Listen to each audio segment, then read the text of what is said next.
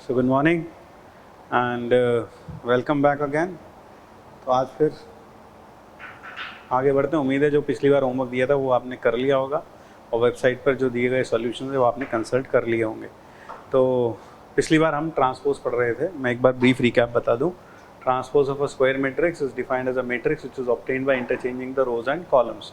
यानी रो का आप कॉलम बना दें तो जो मैट्रिक्स रिजल्टेंट नई मैट्रिक्स आएगी, अगर गिवन मैट्रिक्स में आप रो का कॉलम बना दें तो जो नई मैट्रिक्स आएगी वो गिवन मैट्रिक्स का ट्रांसपोज कहलाएगी।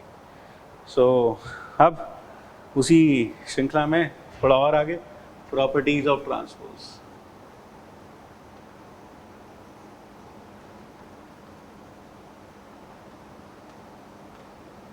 सबसे पहली प्रॉपर्टी, मान लो सेलेक्ट ए बी हमें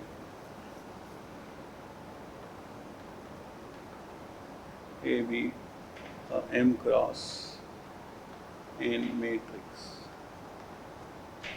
Then first property, A transpose का transpose is A। यानी अगर आप A ट्रांसपोज करें और फिर ट्रांसपोज कर दें तो वापस ही आएगा। वैसे तो ये ऑब्वियस सी बात है, आराम से दिखता है कि आपने पहले क्या किया, A के रो और कॉलम को इंटरचेंज किया, फिर उसके बाद जो आया उसके फिर से रो और कॉलम को इंटरचेंज कर दिया। It is quite obvious that you will reach back in the original position.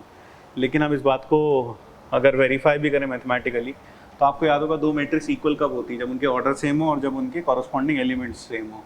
तो अगर मैं ऑर्डर ऑफ ए ट्रांसपोज देखूँ तो ऑर्डर ऑफ ए ट्रांसपोज हो जाएगा n cross m, and order of A transpose का ट्रांसपोज वो हो जाएगा m cross n, and that is equal to order of A. तो इसका मतलब इन दोनों मैट्रिक्स का ऑर्डर तो सेम है। अब कॉरस्पॉन्डिंग एलिमेंट्स की बात कर लें तो ए ट्रांसपोज के ट्रांसपोज का ijth एलिमेंट किसका ijth element, we are talking of the ijth element of A transpose का transpose, and that is equal to jith element of, वो किसके इक्वल होगा, jith element of A transpose, and that will be further equal to ijth element of A. तो उसका मतलब क्या हुआ, दोनों का ऑर्डर सेम है, दोनों के ijth एलिमेंट भी सेम है, यानी कॉरस्पॉन्डिंग एलिमेंट्स भी इक्वल हैं। So from here we can say that A transpose is A. So that is the first property. Remember this property. तो ट्रांसपोज का ट्रांसपोज करने पर वापस सेम मैट्रिक्स आ जाएगा। फिर the second property is A plus B whole transpose is equal to A transpose plus B transpose, where A and B are matrices of same order। Obvious सी बात है, मतलब कहने की भी जरूरत नहीं है, ऑफ सेम ऑर्डर। तो उसका ऑर्डर m क्रॉस n है तो b का ऑर्डर भी m क्रॉस n है। तो a प्लस b का whole transpose is equal to a transpose plus b transpose. तो ट्रांसपोज क्या हो जाएगा, डिस्ट्रीब्यूट हो जाएगा। हम चाहें तो ये वाली प्रॉपर्टी को भी हम प्रूव कर सकते हैं, वैसे तो खास अपने आप दिखाई देती है। तो देखो a प्लस b ट्रांसपोज का ijth एलिमेंट, ट्रांसपोज का मैं यहाँ ऐसे लिख देता हूँ ij, तो उसका मतलब a प्लस बी ट्रांसपोज का ijth element is equal to a plus B का jith एलिमेंट, और a प्लस बी का jith एलिमेंट होता है a का jith एलिमेंट प्लस b का jith एलिमेंट, क्योंकि आपको पता है कि मैट्रिक्स एडिशन में क्या होता है, कॉरस्पॉन्डिंग एलिमेंट्स ऐड हो जाते हैं, और a का जो jith एलिमेंट है that is equal to a transpose का ijth element plus b transpose का ijth element, and this is equal to a transpose plus b transpose का ijth एलिमेंट। तो कॉरस्पॉन्डिंग एलिमेंट सेम है, और इस साइड का order होगा n क्रॉस m, ये भी n क्रॉस m, ये भी n क्रॉस m, तो ऐड करेंगे तो ऑर्डर भी n क्रॉस m, तो दोनों साइड का ऑर्डर भी सेम है, इसलिए दोनों मैट्रिसेस कैसी हो गई, इक्वल हो गई। ठीक है, तो a प्लस बी का होल ट्रांसपोज क्या हो जाएगा, a transpose plus b transpose, यानी ट्रांसपोज डिस्ट्रीब्यूट हो जाएगा अंदर। फिर next is k times a transpose is equal to K into A transpose, where K is a scalar.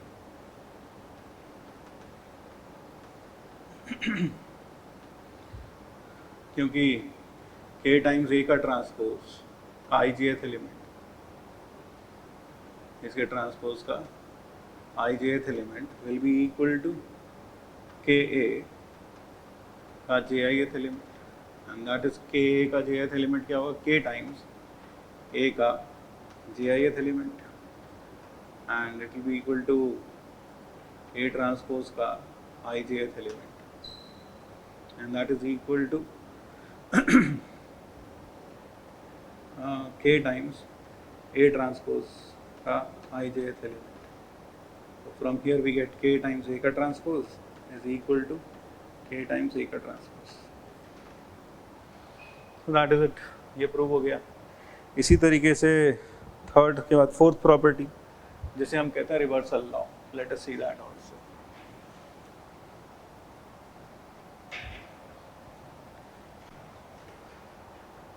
Next is reversal law.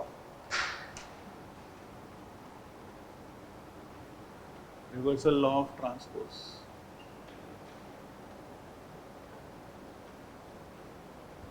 So it is AB whole transpose is equal to B transpose into A transpose.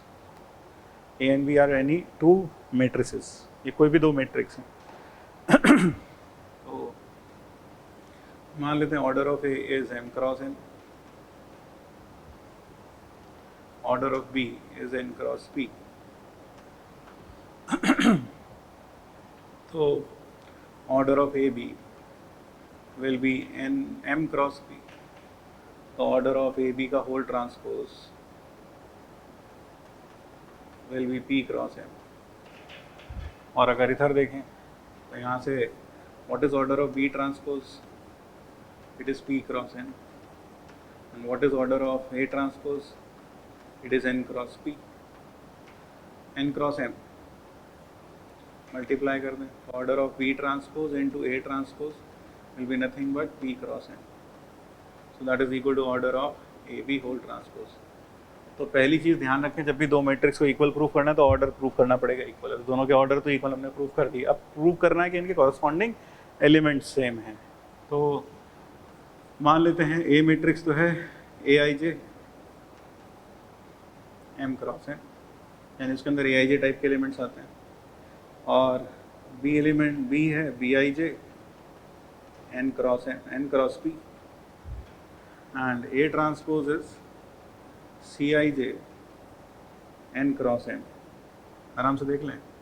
और B transpose is D I J P cross N. और जहाँ एक relation हमारे पास होगा वो ये होगा कि A I J is equal to C J I and B I J is equal to D J I. ठीक है, ये ध्यान रखें, ये रिलेशन होगा क्योंकि ये इसका ट्रांसपोज. तो I ji th element of this is equal to G I th element of this. पिछले लेक्चर में पढ़ा था हमने. तो अब मैं ए बी का आई जी एथ एलिमेंट लिखता हूँ. ए बी ट्रांसपोज का ए बी होल ट्रांसपोज का I J th element. So that is equal to A B का जे आई एथ एलिमेंट. और ए बी का जे आई एथ एलिमेंट आपको पता है कैसे मिलेगा. It will be A J R into B R I. R varies from 1 to n. ये multiplication वाला जो लेक्चर है उसे अच्छे से देख लेंगे आप, दोबारा से रिविजिट कर लेंगे तो आपको समझ में आएगा ये कैसे लिखा है. अब A J R will be equal to, A J R को अगर मैं सी की टर्म में लिखना चाहूँ तो this will be C R J, and this will be D की टर्म में लिखना चाहूँ तो D I R. R varies from 1 to n. So that is equal to summation of D I R into C R J. R varies from 1 to n. ये किसका element है, B transpose का. ये किसका एलिमेंट है, ए transpose का. तो this is nothing but B transpose into A transpose का आई जे एथ एलिमेंट. ये बात आपको अगर समझ में नहीं आ रही मेरी तो इसका मतलब आपने वो लेक्चर ढंग से नहीं देखा. आप वो लेक्चर एक बार ढंग से देखेंगे तो आपको समझ में आ जाएगा B transpose A transpose I ji th element. तो इसका आई जी एथ एलिमेंट और इसका आई जी एथ एलिमेंट इक्वल हो गया. Therefore this is two and this was 1.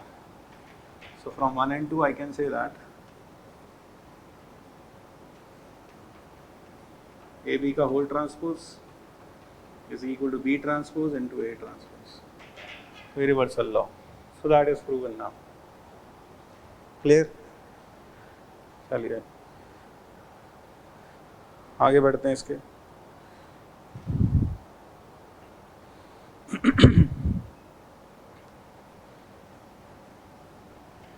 तो इस लॉ को अगर मैं थोड़ा और जनरलाइज करें,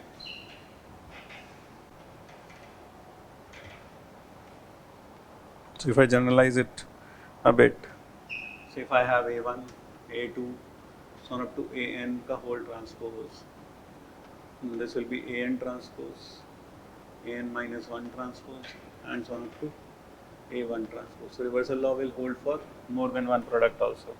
तो हमने प्रूफ तो 2 के लिए, इंडक्शन से हम इसे कैरी ओवर कर सकते हैं कितने के लिए, n के लिए भी। तो एक छोटा सा पॉइंट ये, दूसरा point a to the power n whole transpose। तो देखो ये क्या हो जाएगा, where a is a square matrix, क्योंकि आपको पता है कि जो इंटीग्रल पावर्स होती हैं वो सिर्फ स्क्वायर मैट्रिक्स की डिफाइंड होती है, positive integral powers, where a is a square matrix और n कोई नेचुरल नंबर है, तो ये हो जाएगा a transpose to the power n। ऐसा क्यों, वो भी देख लें। a to the power n whole transpose will be nothing but a into a whole transpose। ये कितनी बार लिखा है, n टाइम्स। और अगर आप ऊपर देखें जो लिखा है तो रिवर्सल लॉ से this will B a transpose, ये भी कितनी बार होगा, n times. So this will become A transpose whole to the power n. That proves this result. तो ध्यान रखें ये भी।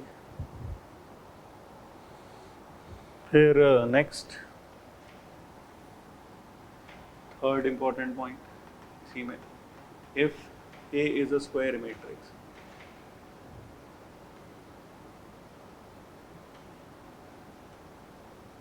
then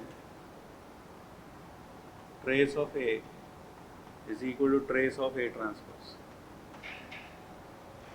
trace of A is equal to trace of A transpose. अब इसमें आप एक चीज़ ध्यान से सुनिएगा, वो ये,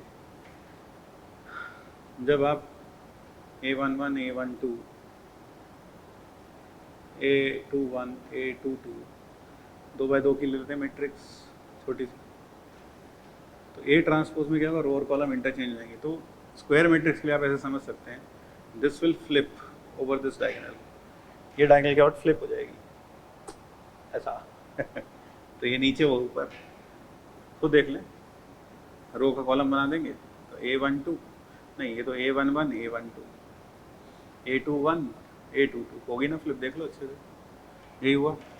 तो जब फ्लिप होती है डायगोनल के अबाउट, तो इसका मतलब जो डायगोनल एंट्रीज हैं वो अपनी जगह पर रहेंगी, वो अपनी जगह से नहीं हिलेंगी, क्योंकि वैसे भी आपने पढ़ा है कि अगर आपके ट्रांसपोज में ijth एलिमेंट चाहिए, that is equal to gith element of A, पढ़ा ना, या फिर यूँ कहो कि ijth element of A is equal to gith element of A transpose. तो अगर मैं A22 एलिमेंट ऑफ A की बात करूँ, that will be equal to टूथ एलिमेंट ऑफ ट्रांसपोज। इसका मतलब दोनों का टूथ एलिमेंट सेम होगा। क्या मेरी बात समझ में आ रही है? अगर मैं बोलूँ 3/1th element of A will be equal to 1/3 element of A transpose, 1/3 element of A transpose, यानी रो 1 कॉलम 3, तो 3/1 will be equal to A13।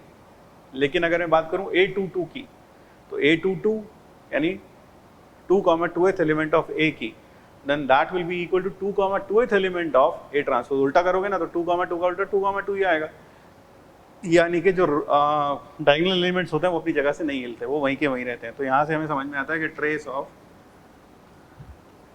A is equal to, trace of A transpose is equal to trace of A। ठीक है, ध्यान रखेंगे, क्यों, वो अपनी जगह से नहीं हिलेंगे। क्लियर है? और ये क्लियर हुआ।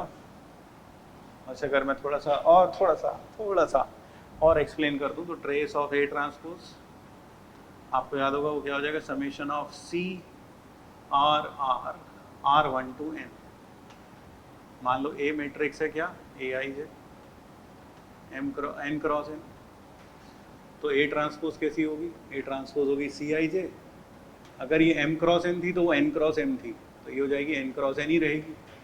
और जहाँ पर C I J is equal to A J I, तो मुझे बताओ सी आर आर किसके इक्वल होगा, C R R will be equal to A R R, and that is nothing but the trace of A. तो that proves it mathematically, और वो वहाँ से फील भी आ गई कैसे हुआ ये। जो होशियार बच्चे हैं उन्हें समझ में आ गया होगा। आप होशियार हैं, अगर हैं समझ में आ गया, नहीं है मतलब समझ में नहीं आया तो फिर समझ जाओ। तो ये हटा रहे हैं।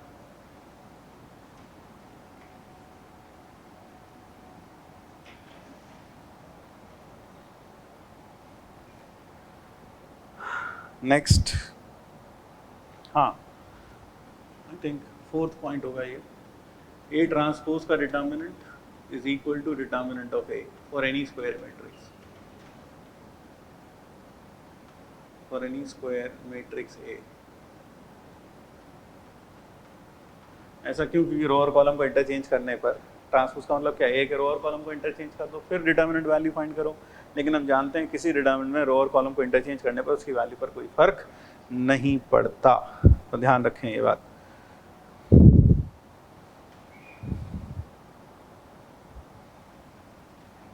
एक छोटा सा प्रॉब्लम करते हैं। If A and B are square matrices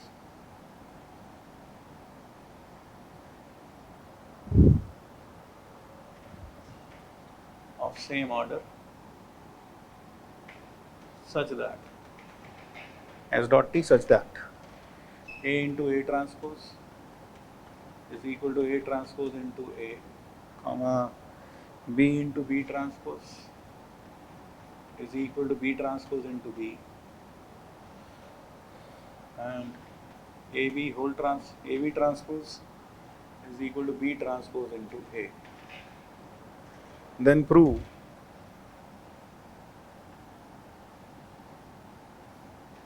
AB into AB का transpose is equal to AB का transpose into AB. So that is what is to be proven. ठीक है भाई। तो हमें ये प्रूफ करना है कि A B into A B का ट्रांसपोज ए बी का ट्रांसपोज इंटू ए बी। ठीक, तो यहाँ क्या है, ए और ए ट्रांसपोज कम्यूट करते हैं, बी और बी ट्रांसपोज कम्यूट करते हैं, और ए और बी ट्रांसपोज कम्यूट करते हैं। ठीक है, तो चलो शुरुआत करके देखते हैं। Let us begin with this. तो हम LHS ले लेते हैं, तो क्या लिखें इसको, ए बी रिवर्सल लॉ से लिख सकता हूँ B transpose into A transpose. Now this is A into B, B transpose, A transpose. इनको इकट्ठा ले लो एसोसिएटिविटी का यूज़ करके। Now B into B transpose is B transpose into B into A into A transpose. अब देखो B into A transpose, अब वो B into A transpose तो अपने पास नहीं है, तो यहाँ से देखो इसमें दोनों साइड फिर ट्रांसपोज ले लो, तो ए बी का होल ट्रांसपोज, इसका transpose is equal to B transpose A whole transpose.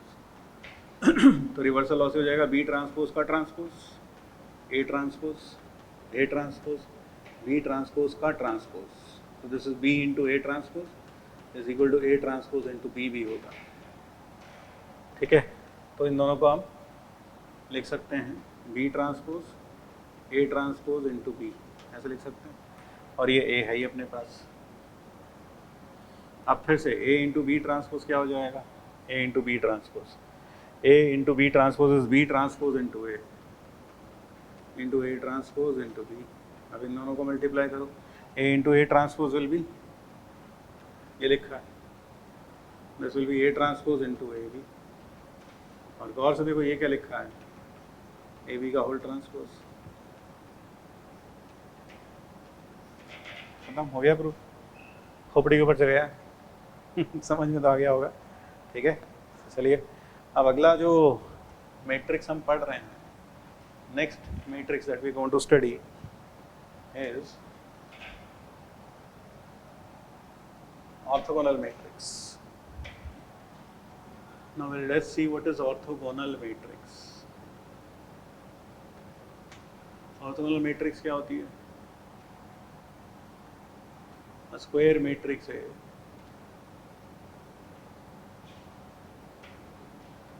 is said to be orthogonal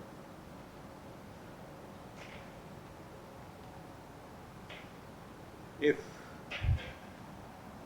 A into A transpose is equal to I is equal to A transpose into A.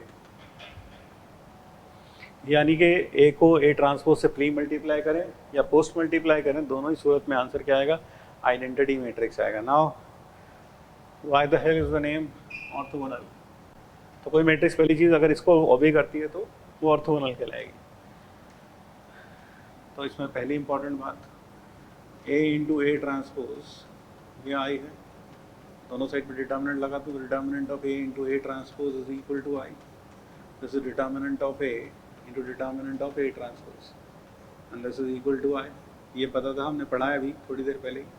Determinant of A का square is equal to I, determinant of A is equal to plus minus one. तो ध्यान रखें orthogonal matrix का determinant value या तो plus one होगा या minus one होगा, पहली इंपॉर्टेंट प्रॉपर्टी। अब दूसरी इंपॉर्टेंट बात जो बहुत इंपॉर्टेंट है वो देखें। Suppose I have A as A1, A2, A3, B1, B2, B3, C1, C2, C3 और A transpose will B, interchange कर देंगे, A1, A2, A3, B1, B2, B3, C1, C2, C3। तो चलो अब A इंटू A ट्रांसपोज लिखते हैं, A into A transpose. तो रो by column करेंगे मल्टीप्लाई तो यहाँ आ जाएगा A1 square plus A2 square plus A3 square, ये आएगा देख लो। तो ऐसे लिख दूँ समेशन ऑफ A1 स्क्वायर, तो समेशन ऑफ A1 स्क्वायर आप समझ जाएं क्या मतलब है इसका। फिर A1 square plus A2 square plus A3 square, फिर ये मल्टीप्लाई होगा इससे, तो आएगा summation of A1 B1 plus A2 B2 plus A3 B3, और फिर अगला आएगा A1 C1 plus A2 C2 plus A3 C3, ये आएगा देखो। अब सेकेंड रो फर्स्ट कॉलम, तो that will be summation of B1 A1 B2 A2 B3 A3। तो अगर आप कहो तो A1 B1 लिख देता हूँ, B1 A1 को B1 A1 B2 A2 B3 A3, तो उसे बोल दो A1 B1 A2 B2 A3 B3, बात तो एक ही है। और अगला आ जाएगा समेशन ऑफ B का स्क्वायर और यहाँ समेशन ऑफ B1 C1। अब इससे मल्टीप्लाई करते हैं, सो this will be summation of A1 C1, वैसे तो आएगा C1 A1, तो A1 C1 C1 A1 एक ही बात है, और summation of B1 C1 and summation of C1 square. So that is what we get, और ये बराबर है आइडेंटिटी मैट्रिक्स के।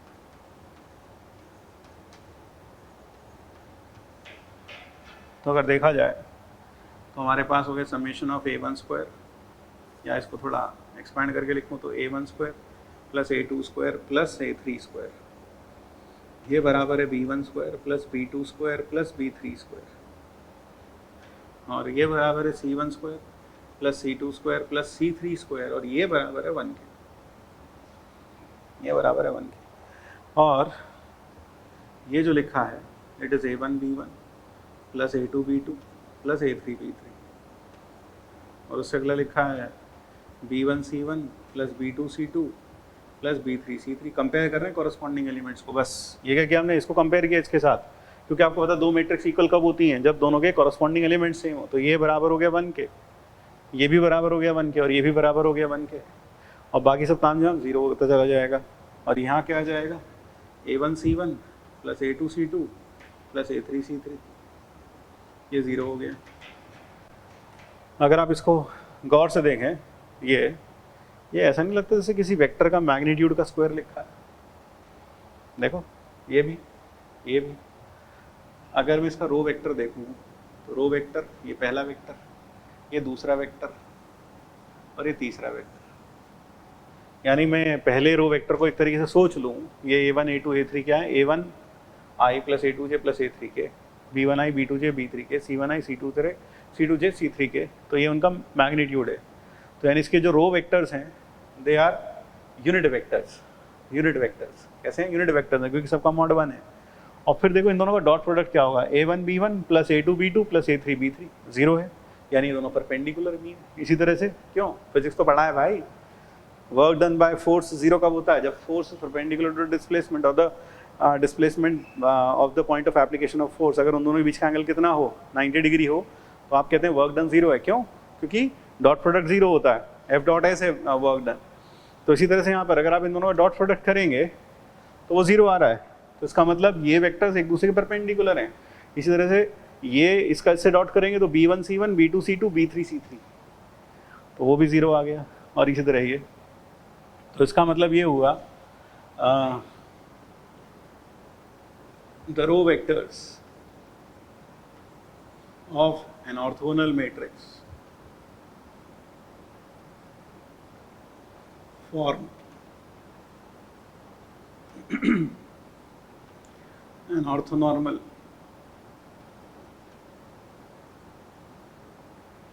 triad of unit vectors.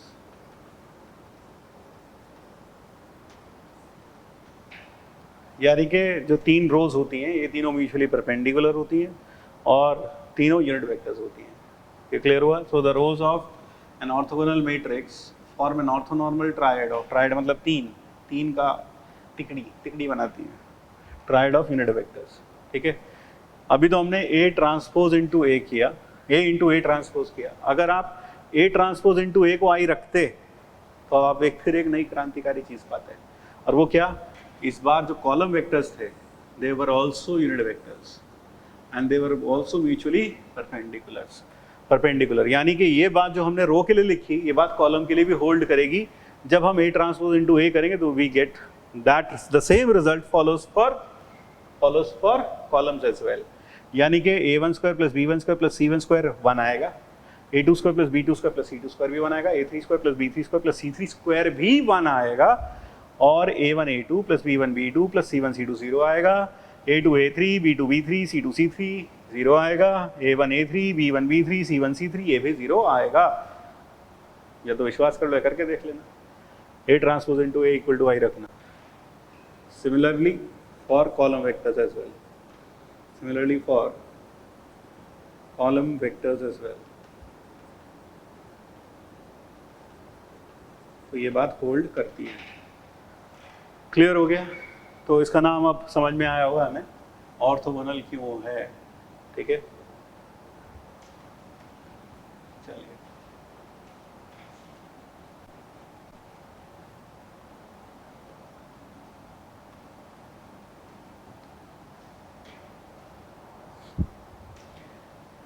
next what we are going to study is symmetric matrix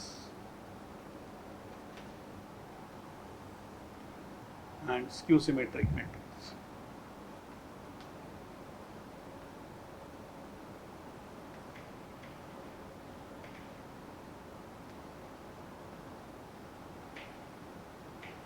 So let us see what is symmetric and skew symmetric matrix. तो square matrix है, तो पहली चीज कैसी matrix, square matrix. A square matrix A is said to be symmetric if its conjugate elements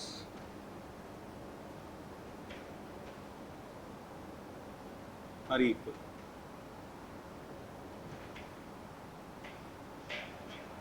That is, Aij is equal to Aj for all I comma j 1 2 से n तक, और ये कितने ऑर्डर की मैट्रिक्स मान लें, n cross n। तो जिसका ए आई जे और ए जे आई एथ एलिमेंट कैसा हो, इक्वल हो। कहने का मतलब जैसे मैं अगर 3x3 की मैट्रिक्स लिखूँ तो A11 या ऐसे लिख देता हूँ मैं A1 B1 C1, या बेटर रहेगा ABC, यहाँ B, यहाँ C, यहाँ अल्फ़ा बीटा गामा और यहाँ A, यहाँ A। तो देख रहे हो ये मैट्रिक्स कैसी है? This is a symmetric matrix. Y?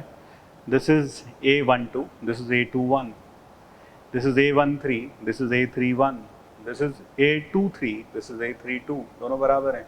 तो AIJ इज इक्वल टू क्या है? AJI है। और अगर मैं इसका ट्रांसपोज अब देखो तो ये कैसी है? इस सिमेट्रिक। और अगर मैं इसका ट्रांसपोज कर दूँ तो आप जानते हो ट्रांसपोज में क्या होता है? There is a flipping in a case of square matrix about this main diagonal. तो ये अल्फ़ा बीटा गामा तो ऐसे ही रह जाएगा, ऊपर वाला पोर्शन नीचे आ जाएगा और ये ऊपर चला जाएगा। This will be C and this is A.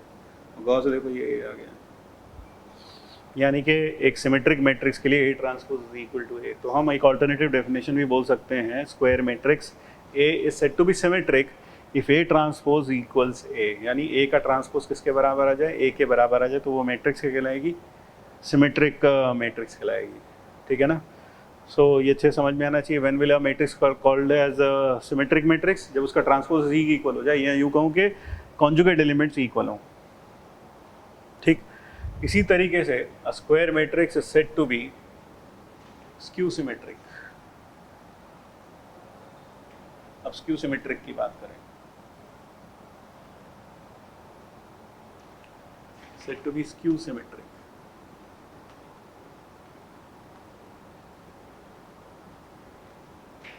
if Aij is equal to minus Aji for all I comma j equal to 1 2 से n तक, यानी कि that is conjugate elements are additive inverse of each other।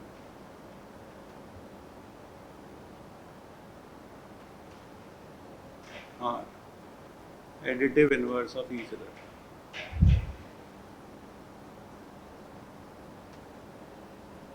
अच्छा, एक चीज़ और बोल दूं मैं यहाँ कि जो कॉन्जुगेट एलिमेंट्स हैं वो ए आई जे और ए जे आई हैं। A I J is equal to minus A J I, sorry ये माइनस ए जे आई है। हाँ, तो कॉन्जुगेट एलिमेंट्स जो हैं वो ए आई जे और ए जे आई हैं, और जो डायगोनल एंट्रीज होती हैं वो सेल्फ कॉन्जुगेट होती हैं, वो अपने आप पे कॉन्जुगेट होती है। यानी क्योंकि यहाँ लिखा है for all I J 1 to n, यानी इसमें A11 is equal to minus A11, इस तरह का भी आएगा। ठीक है ना? तो अगर कोई स्क्वायर मैट्रिक्स इस कंडीशन को सेटिस्फाई करती है कि उसके कॉन्जुगेट एलिमेंट्स एक दूसरे के क्या हैं? एडिटिव इनवर्स हैं, तो वो मैट्रिक्स क्या कहलाएगी? Skew symmetric. इसमें इंपॉर्टेंट पॉइंट पहला, if I equal to J then A I I is equal to minus A I I, that is A I I is equal to 0। तो ए I आई 0 हो गया। इसका मतलब all diagonal entries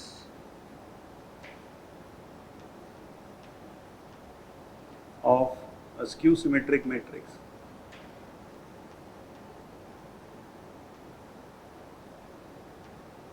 are 0। क्या होंगी? 0 होंगी सब की सब, जितनी भी डायगोनल एंट्रीज हैं। फिर दूसरी इंपॉर्टेंट बात,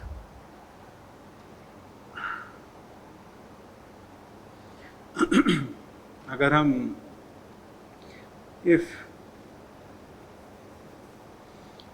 तो यहाँ पर ये समझ में आ गया क्या होगा अगर ऑल द डायगोनल एंट्रीज क्या होंगी? 0 होंगी। और अगर स्क्यू सिमेट्रिक मैट्रिक्स देखोगे तो वैसी दिखाई देगी। देखो 0, मान लो ये A, ये B और ये C, तो ये माइनस है, ये माइनस B, ये minus C, so this is ए। तो अगर मैं A ट्रांसपोज करूँगा तो this will give me 0 A B minus A 0 C minus B minus C 0। और अगर आप इस पूरे में से माइनस कॉमन ले लें तो that will be minus of, minus common लेंगे तो क्या होगा? This will become 0 A B and this will be minus A 0 C and this will be B C 0 minus B minus C zero, और ये क्या आ गया वापस ए, तो A transpose is equal to minus. तो यहाँ हमें एक चीज़ अच्छे समझ में आती है कि स्क्यू सिमेट्रिक मैट्रिक्स के लिए ए ट्रांसपोज क्या होगा, minus A. So for a skew symmetric matrix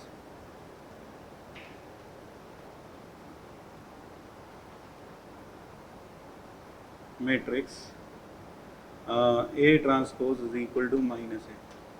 So this is another way of defining a skew symmetric matrix. कोई भी मैट्रिक्स skew symmetric कब कहलाएगी, जब A transpose minus A के इक्वल हो जाए। When A transpose is equal to minus A, then the matrix will be said to be, then the matrix will be called as skew symmetric. अगर A transpose is equal to A हो जाए, then the matrix will be called as symmetric matrix. तो ध्यान रखें, तो symmetric matrix क्या हो गई, डिफाइनिंग क्राइटेरिया इसका हो गया A transpose is equal to A होगा यार इसमें, ठीक है ना। और इसका डिफाइनिंग क्राइटेरिया क्या हो गया, इस केस में A transpose is equal to minus A होगा। क्लियर है, तो ध्यान रखेंगे। तो सिमेट्रिक मैट्रिक्स और स्क्यू सिमेट्रिक मैट्रिक्स समझ में आना चाहिए। तो अगर रो और कॉलम को इंटरचेंज करके सेम मैट्रिक्स वापस मिल जाए तो सिमेट्रिक, और अगर रो और कॉलम को इंटरचेंज करके negative of the given matrix मिल जाए तो वो skew symmetrics, as simple as that.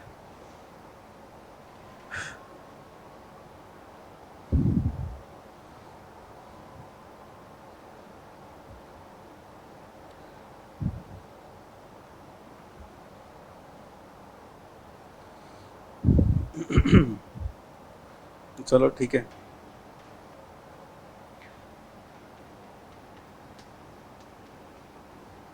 पहला note, maximum number of distinct entries in a symmetric matrix. Distinct entries in a symmetric matrix.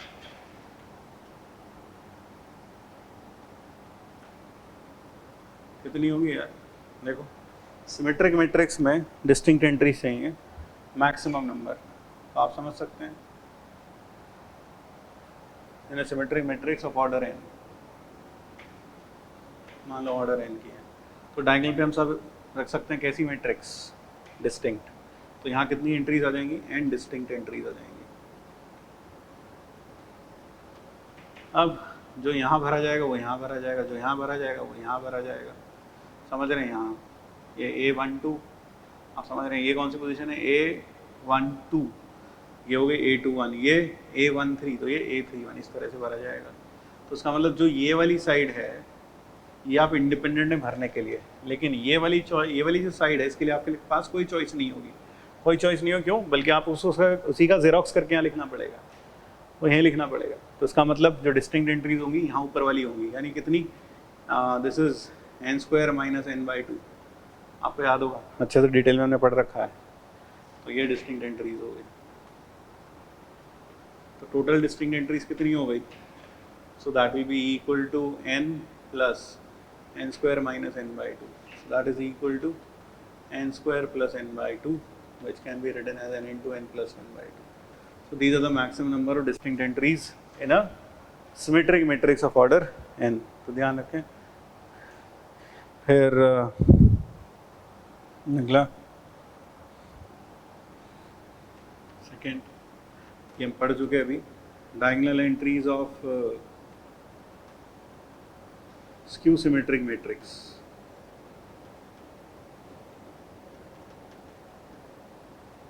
are 0 but not the converse।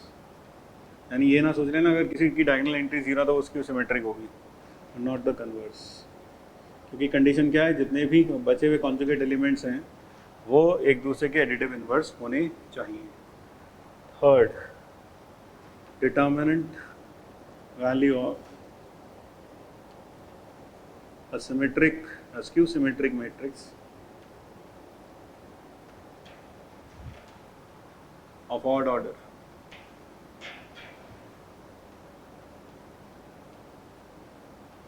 ये 0। कोई भी odd order का skew symmetric matrix देख लें, उसका जो determinant value होगा वो 0 होगा। क्यों, से order of determinant of A is equal to determinant of A transpose।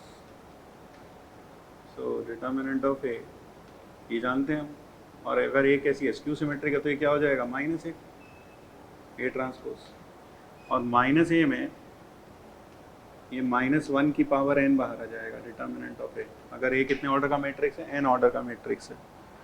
If A is a skew symmetric matrix, odd order का तो वैल्यू 0 आएगी। तो मैं तो जनरली बता रहा हूँ आपको कि अगर ए n ऑर्डर का मैट्रिक्स है तो determinant of A will be equal to this. अब अगर n इवन हुआ, इफ n इज, चलो ऑड ले लेते हैं, इफ n इज ऑड, तो इधर तो डिटर्मिनेंट है और उधर हो जाएगा माइनस डिटर्मिनेंट है। सो 2 टाइम्स डिटर्मिनेंट है इज इक्वल टू 0, तो डिटर्मिनेंट है इज इक्वल टू 0। और अगर n इवन हुआ तो डिटर्मिनेंट है इक्वल टू डिटर्मिनेंट है आ ही जाएगा, तो सही है ही। सो ये एक इंपॉर्टेंट पॉइंट है, याद रखें कि determinant of skew symmetric matrix of odd order कितना होता है, 0 होता है। Remember this.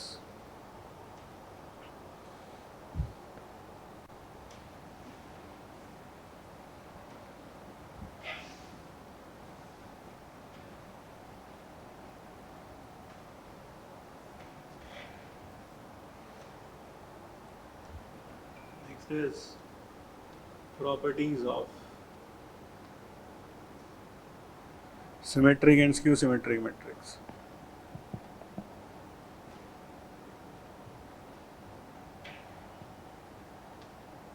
And skew symmetric matrix.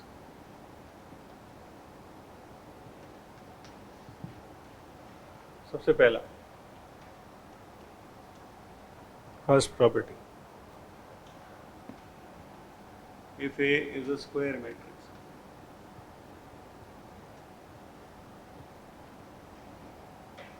then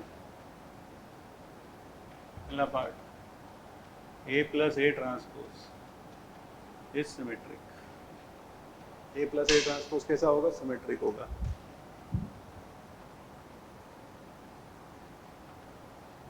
second, A minus A transpose is skew symmetric.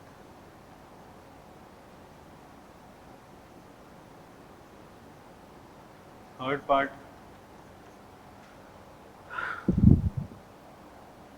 A into A transpose and A transpose into A are symmetric.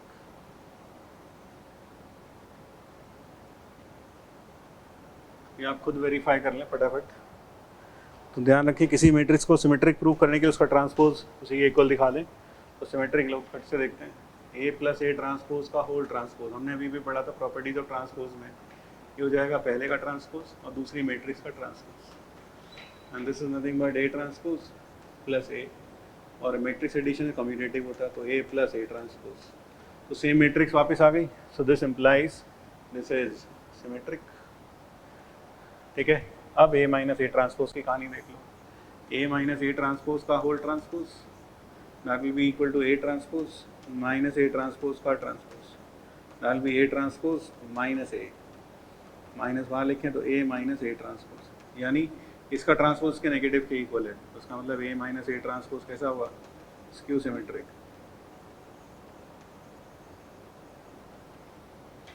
ये देख लें, हमें prove करना है कि सिमेट्रिक हैं, तो ए इंटू ए ट्रांसपोज का whole transpose, this will be by reversal law, A transpose का ट्रांसपोज ए का ट्रांसपोज, रिवर्सल लॉ, ये पहले आ जाएगा ये बाद में, this will be A into A transpose, same वापस आ गया, this implies A into A transpose is symmetric. बाकी आप खुद से प्रूव कर लेंगे थर्ड पॉइंट, थर्ड का जो सेकेंड पार्ट है वो भी आराम से हो जाएगा। सो दैट इज़ प्रॉपर्टी 1, बहुत आसान था प्रूफ करना, कुछ खास मुश्किल है नहीं। फिर अगला property 2,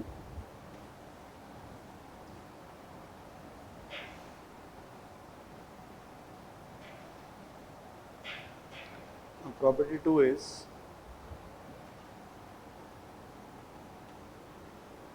every square matrix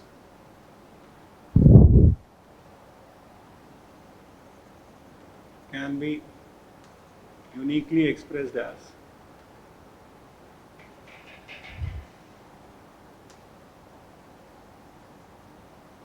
a sum of symmetric and skew symmetric matrix.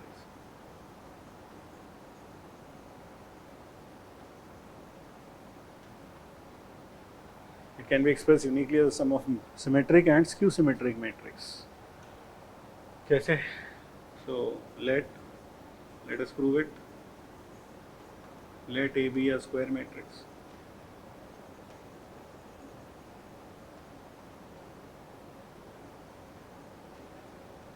तो क्या कहा गया, हर स्क्वायर मैट्रिक्स को हम दो मैट्रिक्स के सम के रूप में लिख सकते हैं, जहाँ एक पार्ट तो क्या होगा सिमेट्रिक होगा, दूसरा पार्ट क्या होगा स्क्यू सिमेट्रिक होगा. So A is equal to A plus A transpose plus A minus A transpose by 2. ऐसा करते हैं, बाई 2 कर देते हैं, ऐसे लिख सकते हैं. देखो सो ये वाला जो पार्ट है आप समझ सकते हैं ये सिमेट्रिक है, अभी भी प्रॉपर्टी 1 में प्रूव किया. और ये वाला पार्ट है वो कैसा है, स्क्यू सिमेट्रिक है, ये भी प्रूव कर चुके हैं. क्योंकि A प्लस A का ट्रांसपोज बाई 2, तो आपको पता है K टाइम्स A का ट्रांसपोज क्या होता है, K टाइम्स A का ट्रांसपोज होता है K into A transpose. So that will be equal to 1/2 into A plus A transpose का transpose, and this will be nothing but half A transpose plus A, and this will be half A plus A transpose. तो अगर मैं इस part को P कह दूँ, if I call this part as P, या चलो ठीक है ये हो गया एक part, if I call this as P, तो ये क्या होगा P transpose, ये वापस क्या आ गया P आ गया. and if I call this as Q, then you will find that Q transpose is equal to minus Q. करके देख लें वो भी. तो ये तो प्रूव हो गया कि हर स्क्वायर मैट्रिक्स को हम दो मैट्रिक्स के सम के फॉर्म में लिख सकते हैं P और Q, जहाँ P सिमेट्रिक होगा और Q स्क्यू सिमेट्रिक होगा. और वो P की वैल्यू प्रिसाइसली क्या होगी, A plus A transpose by 2, A minus A transpose by 2. Precisely मैंने बोला, प्रिसाइसली क्यों, क्योंकि हमें क्या प्रूव करना साथ साथ में, यूनिकली. यानी दुनिया में सिर्फ एक ही तरीका जिससे आप ऐसा कर सकते हैं, that is you can express the sum of symmetric and skew symmetric matrix. सिर्फ एक ही तरीका दुनिया में. Let us prove the uniqueness also, कि दुनिया में बस एक ही तरीका है. तो हमने ये तो देख लिया कैसे लिख सकते हैं. तो सिमेट्रिक पार्ट कैसे होगा, A plus A transpose by 2, और skew symmetric A minus A transpose by 2. Next we prove uniqueness. Uniqueness कैसे प्रूव करेंगे, देखो लेट A मान लो R प्लस S के इक्वल है, वेयर R इज कैसा है symmetric and S is skew symmetric. तो हमें प्रूव करना दुनिया में बस एक ही तरीका. तो हमने मान लिया चलो एक और तरीका है जहाँ हम A को लिखते हैं R प्लस S, दोनों साइड पे ट्रांसपोज ले लेते हैं, A transpose R plus S का whole transpose. So A transpose R transpose plus S transpose. R transpose is R क्योंकि R सिमेट्रिक है, S transpose is minus S. So this is first, this is second. 1 plus 2 करो, जब आप 1 plus 2 करेंगे तो इधर आ जाएगा A प्लस A ट्रांसपोज और उधर आ जाएगा 2R. यहाँ से R की वैल्यू क्या हो गई, A plus A transpose by 2. और अगर आप 1 माइनस 2 कर लें तो you will get 1 minus 2 A minus A transpose is equal to 2S. तो S की वैल्यू क्या आ गई, A minus A transpose by 2. So देख रहे हैं R की वही वैल्यू आई और S की भी वही वैल्यू आई जो सिमेट्रिक और स्क्यू सिमेट्रिक ने पहले लिखी थी. Therefore representation is unique. Therefore representation is unique. यानी दुनिया में सिर्फ एक ही तरीका है जिससे आप ऐसा कर सकते हैं.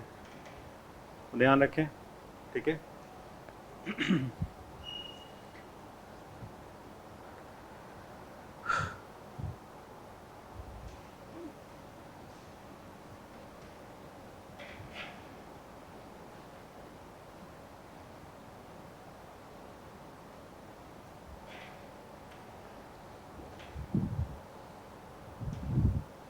एक क्वेश्चन और करते हैं.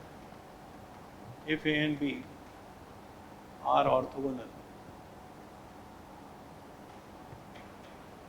matrix of same order,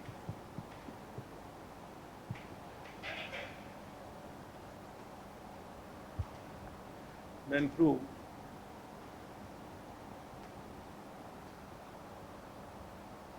AB is orthogonal हमें प्रूव करना है कि ए बी ऑर्थोगोनल होगा। तो ए और बी कैसी मैट्रिक्स है? Orthogonal matrix. तो ए का transpose into A is equal to I is equal to A transpose into A, क्योंकि ऑर्थोगोनल है। B into B transpose is equal to I is equal to B transpose into B. अब बात करते हैं A B. तो A B का whole transpose into A B कर लेते हैं। तो क्या हो जाएगा? A B B transpose A transpose. Now making use of associativity, we can write this as B into B transpose into A transpose. ये क्या हो गया? I. तो A into A transpose बचा। This is again I. Similarly, अगर आप चाहें तो वो भी प्रूव कर सकते हैं कि AB का होल ट्रांसपोज into AB, ये भी I हो जाएगा। So therefore AB is orthogonal, क्योंकि हमने क्या प्रूव कर दिया कि AB को AB ट्रांसपोज से प्री मल्टीप्लाई करो या पोस्ट मल्टीप्लाई करो, आंसर आइडेंटिटी मैट्रिक्स आता है। तो therefore this is an orthogonal matrix. तो किसी मैट्रिक्स को ऑर्थोगोनल प्रूव करना है तो क्या प्रूव करना पड़ेगा कि ए ट्रांसपोज से प्री या पोस्ट मल्टीप्लाई करने पर आंसर आइडेंटिटी मैट्रिक्स आ जाए तो मैट्रिक्स ऑर्थोगोनल हो जाएगी। एक क्वेश्चन और करते हैं। If M is a 3x3 matrix where M transpose into M is equal to I and determinant of M is equal to 1, prove determinant of M minus I is equal to 0।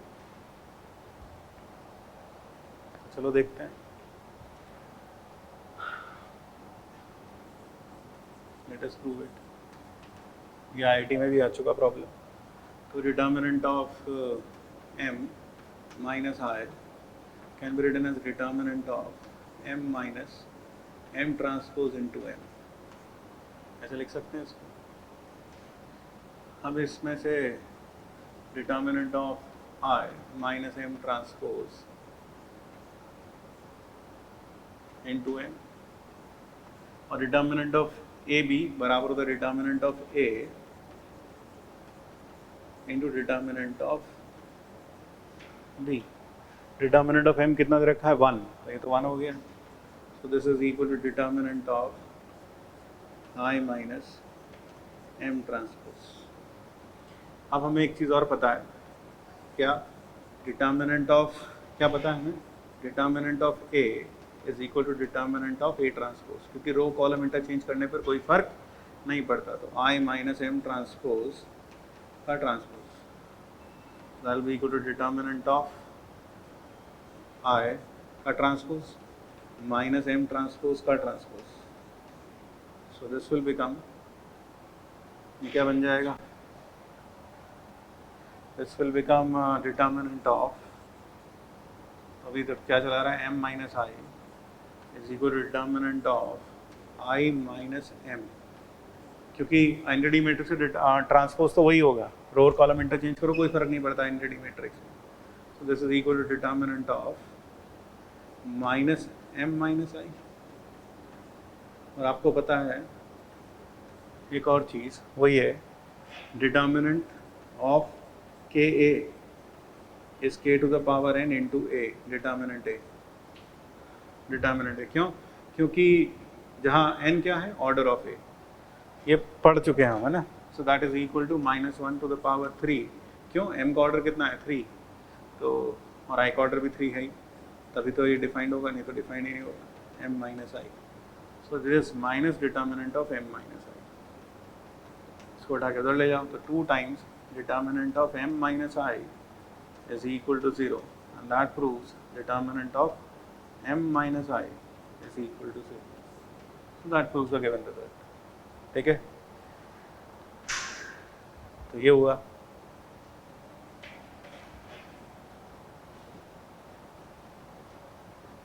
अब एक दो छोटे छोटे problems हैं, वो आप खुद करके देख लेना, मैं लिख देता हूँ।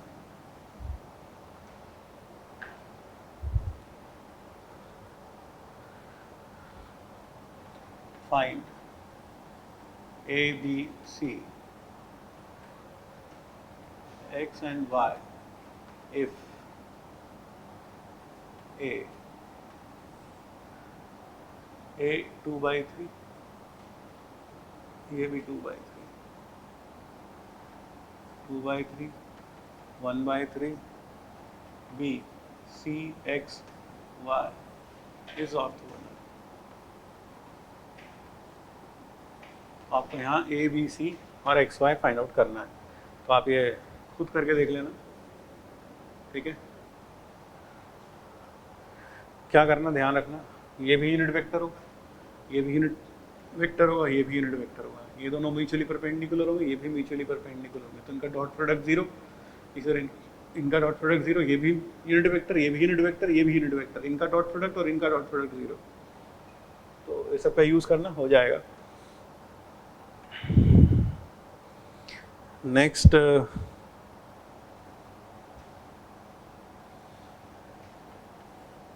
Second, show a part all positive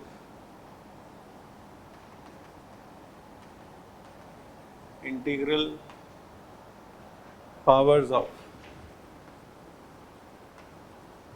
symmetric matrix are symmetric। B, all odd positive integral powers of a skew symmetric matrix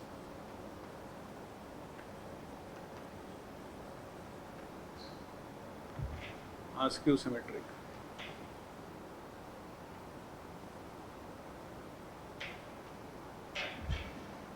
While all even positive integral powers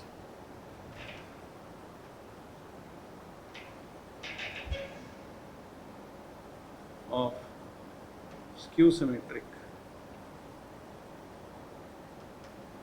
matrix are symmetric।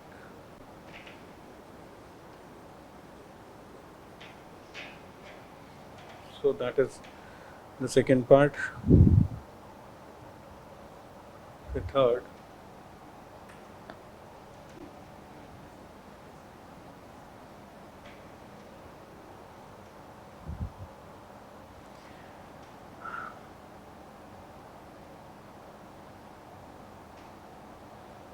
if A and B are symmetric matrices,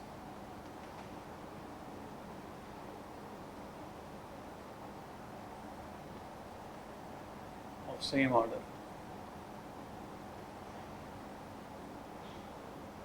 prove first part A plus B is symmetric,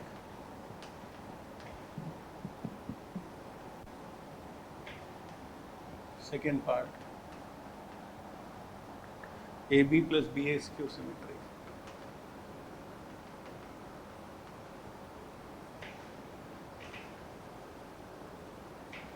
third part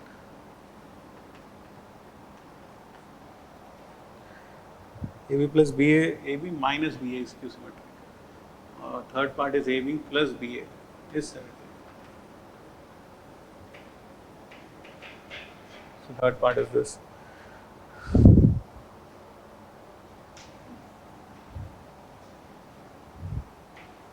फिर एक problem और,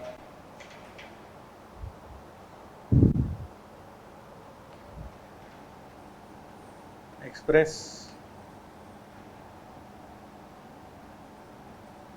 A equal to 323 453 and 245 as a sum of symmetric and skew symmetric matrix।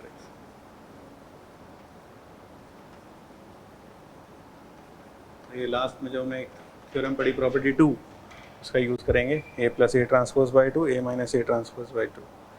और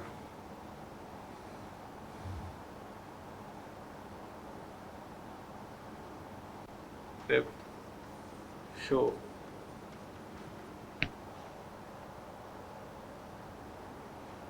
B transpose AB is symmetric or skew symmetric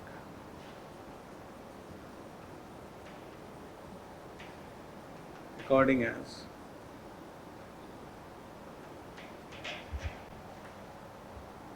A is symmetric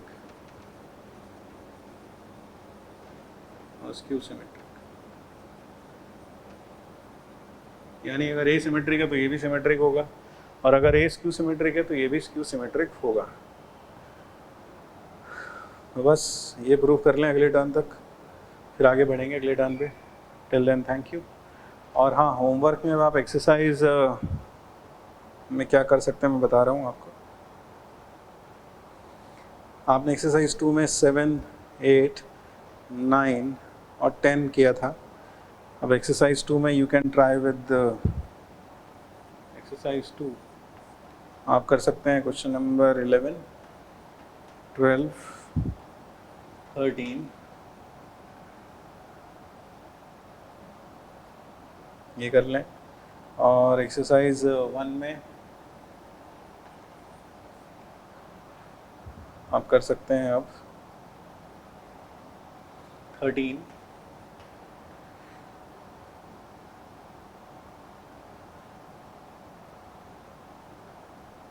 बस अभी तो इसमें ज़्यादा कुछ कर ही नहीं सकते, तो एक्सरसाइज 1 तो भी रहने दें आप।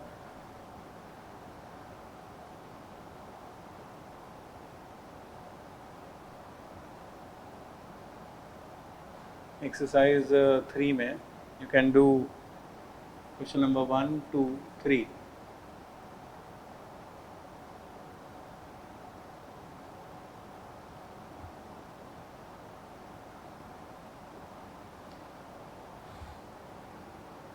असल में इसमें क्वेश्चन थोड़ा बीच बीच में मिक्स करके बहुत ज़्यादा हैं, तो एक ऑर्डर में नहीं है, तो इसलिए थोड़ा दिक्कत है यहाँ पर।